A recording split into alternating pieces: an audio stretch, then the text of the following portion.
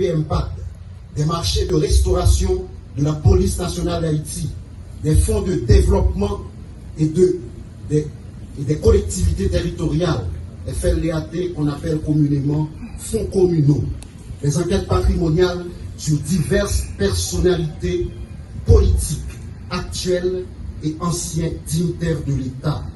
L'ULCC qui, à partir de ce jour, transmet sous ma direction au total 56 rapports d'enquête sur des faits accablants de corruption, ne fléchit pas, ne transige pas, mais plutôt exige des comptes.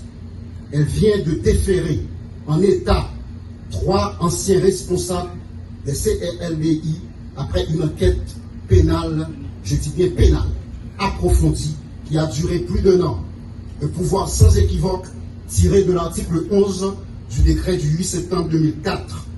Pour les suites réservées à ce dossier, ainsi qu'aux autres, les yeux sont rivés sur le parquet de Port-au-Prince qui, comme l'ULCC, exécute la politique anticorruption de l'État. Enfin, chaque journaliste ici présent sortira de ces lieux avec un résumé exécutif de chaque rapport d'enquête, comme me l'autorise l'article 9 du décret qui crée l'ULCC. Nous décidons, et nous allons continuer à le faire, à impliquer chaque citoyen et chaque citoyenne dans cette croisade en faveur de la bonne gouvernance et de la redevabilité. Du haut de nos 20 ans à l'ULCC, nous assumons ensemble, pour ceux et celles qui viendront après nous, on continue. Merci beaucoup. Merci au directeur général de l'ULCC, Hans-Ludwig Joseph, qui a rappelé l'importance de cet exercice, a exprimé sa fierté aux enquêteurs et a salué le récent travail de la justice concernant les derniers rapports de l'ULCC. À présent, nous tenons à énumérer l'ensemble des rapports d'enquête qui sont transmis à la justice aujourd'hui. D'abord, c'est le rapport d'enquête sur les missions officielles de l'ancien protecteur du citoyen Renan Edouville pour les exercices fiscaux allant de 2019 à 2024. Le rapport d'enquête sur les contrats de restauration conclus par l'ex-directeur général de l'OFACNA, Carl François. Rapport d'enquête sur des suspicions de corruption dans la production des passeports au sein de la direction de l'immigration et de l'émigration pour la période allant de septembre à décembre 2024, qui concerne particulièrement l'ancien directeur Stéphane Vincent. Rapport d'enquête sur l'utilisation des frais supplémentaires exigés des demandeurs de passeport pour la période allant du 1er janvier au 31 décembre 2023. Et les deux autres rapports sont des rapports régionaux. C'est le rapport d'enquête sur les allégations de corruption faites à l'encontre de certains employés et cadres du centre de réception et de livraison de documents d'identité de ces morts. Et enfin, le rapport d'enquête concernant le chef du service de l'enregistrement et des opérations domaniales à la direction départementale des impôts du centre DDIC, Gerline Joseph. Nous tenons à remercier nos amis de la presse pendant que le protocole conduit le directeur général à son lieu sûr. Maintenant, nous allons remettre à chaque journaliste un résumé exécutif de ces chaque rapport. Merci beaucoup.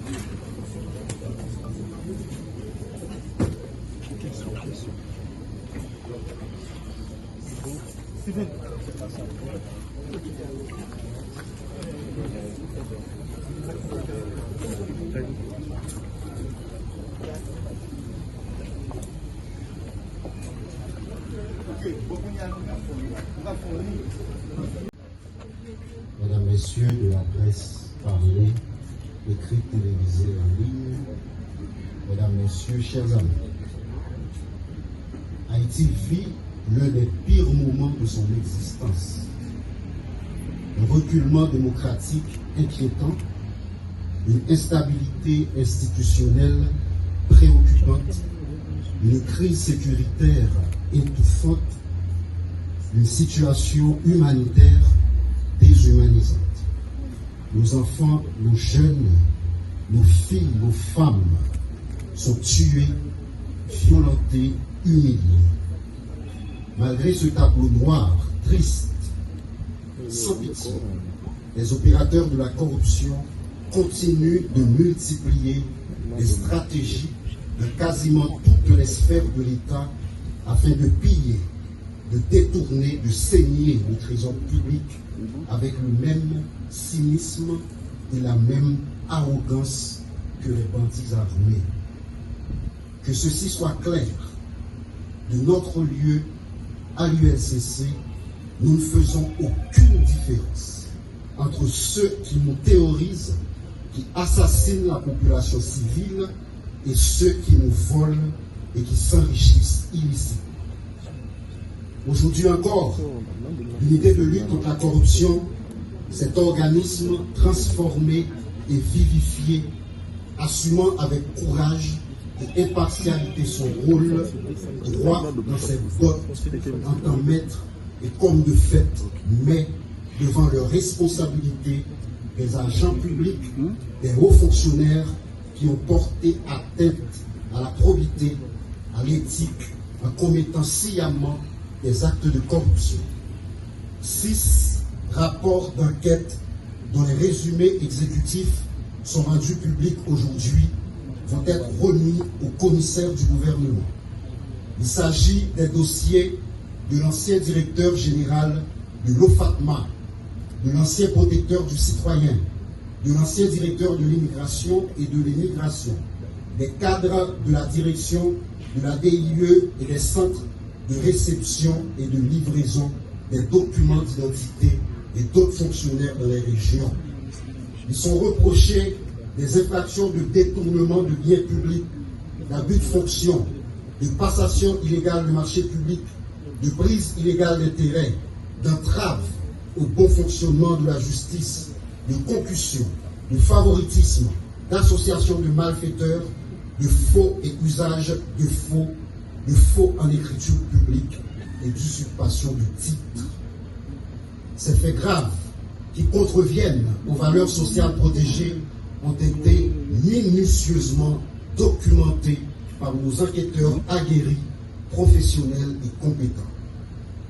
Je voudrais à cette phase saluer le sens de l'engagement, le patriotisme, la résilience et la solidarité de ces hommes et femmes de l'ombre qui réalisent sous ma direction ce travail historique. Par leur œuvre, nous sommes en train de donner un autre espoir à ce pays. Ils font partie de ce groupuscule qui brandit très haut et avec fierté l'honnêteté et l'intégrité de la vie publique. De tels résultats, par ailleurs, ne sauraient être possibles sans le soutien combien précieux de nos partenaires techniques et financiers, notamment l'ONUDC. Leurs experts forment régulièrement nos enquêteurs qui sont plus que jamais mieux outillés pour conduire cette lutte acharnée. Je veux les remercier en ce sens. Par ailleurs, l'ULCC veut saluer dans ce contexte très difficile les récents efforts de la justice dans certains dossiers de corruption qui tendent à lancer des signaux clairs de l'existence de magistrats qui ne s'alignent pas dans cette tendance générale de banalisation, de normalisation et d'institutionnalisation des actes de corruption. Il est plus que jamais nécessaire que ce bras technique mais autonome que nous sommes pour la justice, qui doit certainement rester indépendante, soit plus sollicité, car ce domaine est complexe et spécialisé. C'est d'ailleurs dans cette compréhension que l'État haïtien a créé l'unité de lutte contre la corruption. Par ailleurs, je note avec espoir la publication récente du décret portant création du pôle judiciaire spécialisé qui traitera des crimes financiers. Je porte aussi l'espoir que ce pôle sera rapidement rendu opérationnel et doté de ressources suffisantes et de magistrats compétents spécialisés en la matière et notamment reconnus pour leur intégrité et leur impartialité. Je termine mes propos pour rappeler que l'ULCC, comme le hibou qui est son symbole, cherche avec insistance et perspicacité la vérité sur tous les scandales de corruption. Il existe des enquêtes plus complexes que d'autres, qui prennent plus de temps que d'autres. Je veux m'adresser aux dénonciateurs, aux lanceurs d'alerte. Soyez-en certains que toutes nos enquêtes aboutiront. Je veux parler notamment des enquêtes conduites sur le Fonds national de l'éducation, FNE, au niveau du bureau de monétisation des